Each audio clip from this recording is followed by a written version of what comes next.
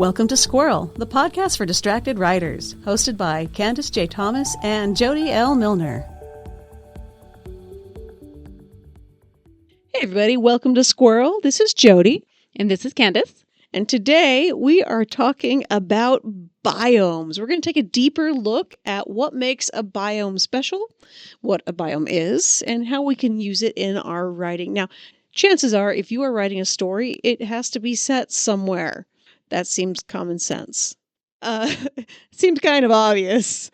It needs to be somewhere. So not all fantasy stories should be in medieval Europe or all cozy romances in small town USA. Let's have fun with biomes and what you should consider when writing them. Do you want to define biome for us, Candy? I guess. I don't know. Biome sounds like a dirty word, you know what I mean? I'm sorry. I want to know your definition first. Do you mind that? I want to hear your definition. I mean, I do have a definition written down on the paper because I want to read it. Research is fun. All right. If you're going to look at a definition, a biome is a large-scale ecological community, and it has very specific climate, soil, and vegetation. So some examples of a biome, different biomes, would be grassland, tundra, big city, deep space. Like they all have a specific thing that makes them what they are. Jungle. The reason why I wanted you to go first, because that is the general, a beautiful little concise, explanation. What I wanted to mention was a biome is a lot of the times in writing can be planets, right? If you look at Star Trek, they have like a water planet or a frozen planet. No, I'm talking Star Trek. I meant Star Trek. Yes, I'm talking Star Trek. And Star Wars. I have it written down. I mean, because there's like the Forest of Endor, that's like the whole planet, or Naboo, which has its water planet, those type of things. So it makes it nice and easy for you to write of one specific area, like one specific climate that these people have to be part of. Now on Earth, we've got all of these different things, so we know all about, the tundra or the desert. But when you're doing space journeys or fantasy, sometimes you just focus on one thing, one aspect. This is a water world, or this is like some kind of jungle planet, something like that. I see what you're saying there. Okay, fine. You can have your biome planets. Scientifically speaking, it's really hard to have those in reality, but we're talking like Mars. Mars, I could see, is a really good planet to. It's a dusty, deserty planet, and that would be something that you would have to write around. Like, I guess you mentioned Martian like many episodes ago, but that if you're putting your character into this specific biome, you have to think of the particulars, right? Yeah. So that's what I'm saying. That's what I wanted to mention. If you're doing fantasy, you make your own worlds. You can make your own whatever kind of planet or area. And that's true. I think if you're going to do a fantasy, though, chances are you're going to be in a world that's fairly similar to Earth, which means there are going to be a selection of biomes you can choose from. Even if you have a really, really big world, you might have a deserty part of your world. You might have a... I know, yeah, you can. In my world, yeah, sure, I've got different areas, but I wanted to just point that out. So I'd love to start talking about, when we're thinking of these visual aesthetics of story, how does a biome influence that? Okay, so I think biomes are characters in your story, right? You really need to think about setting as a character. If it has its own history and story. If I think of something like the Earthsea, like Wizard of Earthsea, or the Earthsea itself is the world that Ursula Le Guin created.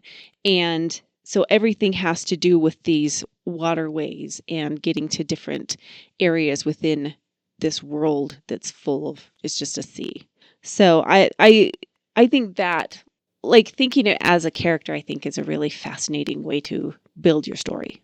Well, if you think about it, some of the really coolest stories out there, the setting is as unique as any character. And even though the movie of Avatar, like the one with the blue people, not the airbenders, like if you think of the world they set that in, the entire forest evokes like scuba diving on a coral reef. Like it's got all of these really cool plants and animals. And so I think the first movie did really, really well because the setting was so fantastic. And so on the second one, they're like, we need to make the setting different. Let's make it underwater Avatar. I didn't see the second one. I did see the first one and I believe it. And I've done the ride. Have you done the ride? I have not done the ride. Yeah, the ride was like fantastic. It was so cool. You're actually like flying on these. I don't know. It was really cool. Anyway, I did want to mention, have you read Tress of the Emerald Sea? That Brandon Sanderson one. I have not yet. I know you have. The whole point right there is there's these spores, that's the sea, and each one has its own kind of sea that they have to navigate. And I loved that he created those different spores now as that honestly like biome, because where Tress lived with the emerald spores is where no one really wants to live, so she's sailing to find somebody, but she goes through these different kind of seas that have their own specific character to it. And I was so fascinating how he put biomes within those specific seas and what they were going through. And you could tell when we would go into the red part and when we would go into the black part, because things would change and the different spores had different personalities. It was so cool. So cool. Anyway. All right. Now I totally have to read that. I think that is a great segue into our next thing, how we need to talk about how biomes and characters, like our main characters, interact. When we think of a biome, like sometimes it's really easy to just kind of put it on the back burner and let our characters do what they're going to do. But anywhere you live is going to change you. It's going to shape you. So like, for example, if you live somewhere really, really hot, it'll affect what clothes you're going to wear or like what times of the day you go outside. It's going to affect how you feel about having enough water. So if we go back to the blue people of Avatar, like Jake Sully goes from being a Marine and living a Marine type life to living in a very different kind of life where he has to learn how to live in a new biome. And so he has to learn how to sleep in a hammock in a tree and hunt animals and balance on tree branches and just mixed success. Yeah, I think, you're totally right. What comes to mind for me was Baron the Nightingale. So Baron Nightingale is written by Catherine Arden, and it takes place in like 1500 century Russia or something like that. And one of the things that I found interesting. So first of all, it's in frozen Russia. It's like not close to Moscow or to St. Petersburg. It's like, really cold. And they have to, one of the things that I loved was how they incorporated this stove. Do you remember the stove?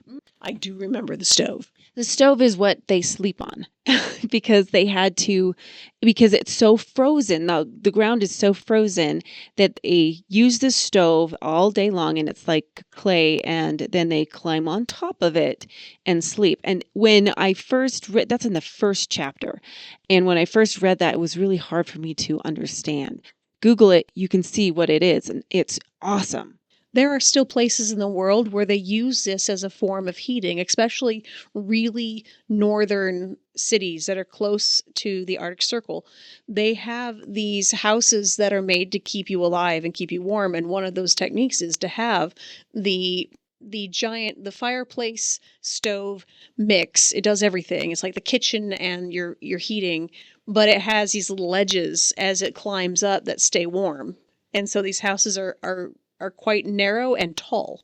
That's so cool. I really like that detail. I'm going to have to look up those. I think we're kind of spoiled here with my central heat, when it's cold outside. I really don't know how people live like that. So when you incorporate that into your story and how the characters have to navigate through that, I find it completely fascinating, and I think it's a great storyteller tool. So we can't talk about biomes without talking about cultural and societal impacts. And so, how do you feel that a culture could be influenced by its biome? Well, just like in Baron and Nightingale, their religion is centered around fairy creatures, and these are protecting different things. Like the Domovoy, he's the one that protects the stove, the fireplace. There's a bunch of different things. I'll mention I have a friend from Togo, and he just made us cakes. And he doesn't understand how anyone can own a pet snake. And I know that sounds really weird, but in his culture, like snakes are a curse. So that has to do with his specific group and how they have adapted to their specific region and area. They like in Togo, I guess snakes are pretty poisonous. Just like I think in Australia, if you go in the outback or something. And being raised in that culture it sits with you, you know? So if your character was raised in a specific culture, believing specific things, then they should act a specific way, right? Well, and a lot of what makes a culture is what are the challenges of daily life? What are the biggest fears of daily life? And it's going to be your environment that provides a lot of those. So, again, if we go to our desert example, like a desert people would develop advanced ways to manage water, but they might also tie in water into their religious beliefs. They might start worshiping a sun god or a rain god because that would be really important for them to believe in one or the other winning or losing because their survival depended on it. And This reminds me, what you're speaking of, it reminds me of the Hunger Games. So in the capital, like was everything, but each district had their own crop or own atmosphere that they had to support for the capital. And even though we're not talking like fantasy worlds, we're talking just like here in America. But I think we have even going to the South is different than being in the West or the Midwest or the East. You know, they have different cultures and different biomes just being just around us. you made me think of something brilliant. Okay, the Mad Max movie. They have an entire culture built around this dystopian environment. And if you watch, they even have hand gestures and body markings and specific tattooing and the ways they decorate their cars. It all leads back into this way they have to survive and who is protecting them, which would be like Immortan Joe and Bullet Farmer. Don't come after me, but I can't remember their names. Which brings us to the next thing. How can your world and your setting and your biome influence plot? I find that if you use it as it's plot driven, just like in Tress in the Emerald Sea, that is an enhancement of the character and the setting, right? So if you can create it like a character and make it move and think, and people have to, adapt, then it gives the characters something that adds depth to what they need to do in their like hero's journey, right? Depending on the story, I think the biome can also kind of create a ticking time bomb of like putting pressure on characters to do things. Like when it comes to hot and cold, like we need to finish this before the sun sets or we'll freeze, or we need to accomplish this or find this thing before the floods come. There's all sorts of different ways that you can use your biome to create these tension creating moments. If you have an exceptionally rainy place, it could be we have to get to X place before the next rains come, or else we will be knocked into the gutters and drown. Yeah. So, I liked what you had to say there. So how can biomes be used to enhance larger themes in our story, right? So your biomes are used to enhance larger themes in the story, right? That's it. It being your complete world building. So your readers need to react off what the biome you set in your story. I know that I get cold when I read about cold, or I hold my breath when I'm reading about being underwater, or even when I'm watching somebody be underwater, I'm holding my breath. I don't realize that. I'm so affected by the world that even though it's not real, I'm experiencing it. I think that it's part of the reader's experience when you write in a place and you bring that place to life. So, talking about themes, like each story is going to have a sense, like some sort of theme to it. So, if we talk like a horror story, a lot of it's going to be like being alone with something scary. And so, what would be a good biome for being alone with something scary? Ooh, underwater in a research facility, in a big forest where there's no one else and you're in a cabin. Or like the upside down. I think the upside down is a really good like creepy feature. Like I would get really cold when we went into the upside down. I didn't they like the kids get really cold? Do you so I think I just felt creepy and it was an eerie place, but I felt that impact once the I'm talking Stranger Things if you didn't know. When they go the upside down, it's just like this it's a different dimension that they basically step in, and but it has a completely different feel to the entire setting. And let's play with one other like story situation and try to find a really good place to stick it. Just kind of as an example of an exercise that you could play with if you're working on your story. So let's talk about small town romance because we brought this up before. So where should, I mean, it does need to be a small town, but how could we use that to make the story better? Well, if you're putting, oh my gosh, this is so tropey. You're putting your city girl into a country setting, then you've got to deal with the city girl figuring out how to be in the country, right? If you're figuring out how to dress. It's have you ever lived in the country? Does living in Boise count? Cornfields? So, but you didn't live. That doesn't sound like. It was a suburb. It was a lovely suburb, and we had cornfields in the next adjoining block, but it was still a suburb. So yeah, I grew up in the country and it's stinky. It's messy. It's dirty. It's cold. It's like there's a lot of work that you have to do in the country. You know, there's a lot of chores. There's a lot of other things too, but we had like a swamp. That was awesome. But anyway, where was I going this? Oh, the small town, like that's the first thing that came to me was this city girl, which I am totally now, dealing with being in the country and how to adjust to that specific lifestyle. And that's one of the reasons I'm going to just point this out. One of the reasons why the small town and city girl romance does not make sense to me because I do not feel that either one of them will be happy giving up one place or the other. Now, what if we changed that? I wouldn't say I'm going to use biome loosely here, but what if we moved from Farmville, USA to Southern California hippie commune? And it's still supposed to be a small town romance. Now, how is that going to change things? I don't know. I pass the mic to Candy because she writes romances and I laugh at people. But I don't write hippie commune romances. That's why this is an exercise.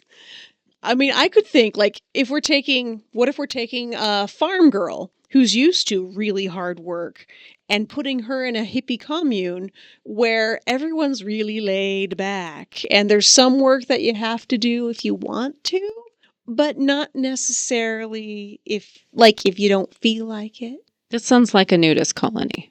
Is that that is one way to do a different biome. I would think if we really move it away from and put it into a specific setting like the tundra or Alaska where it's cold and you've never experienced cold or you have days that don't ever sunset.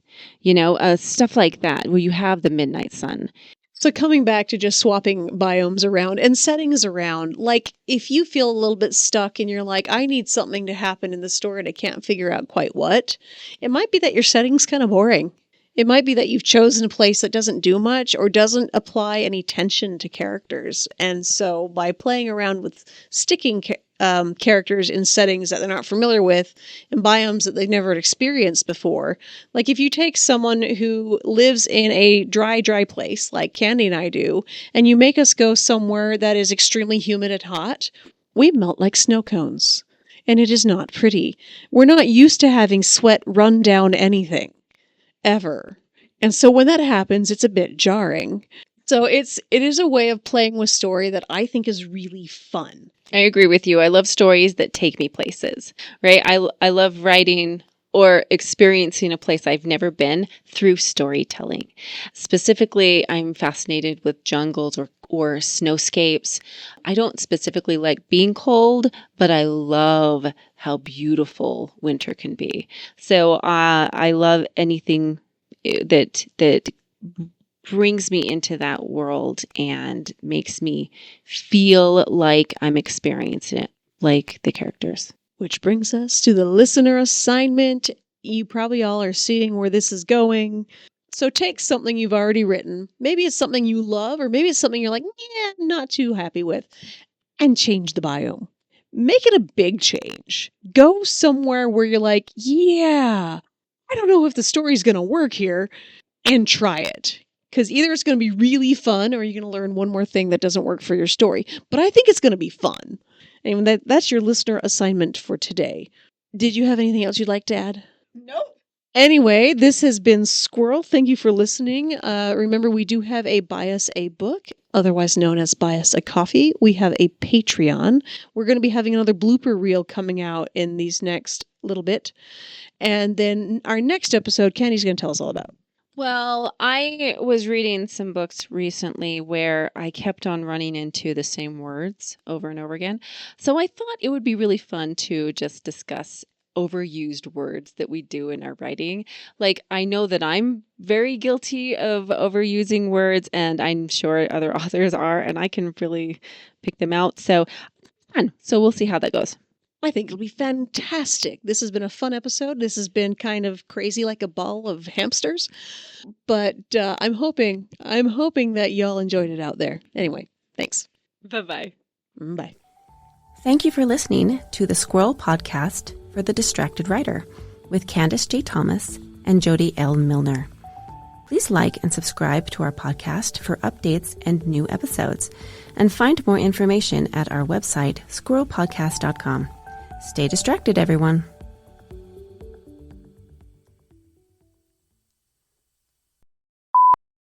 Ladies and gentlemen, boys and girls, technology is my personal cross to bear.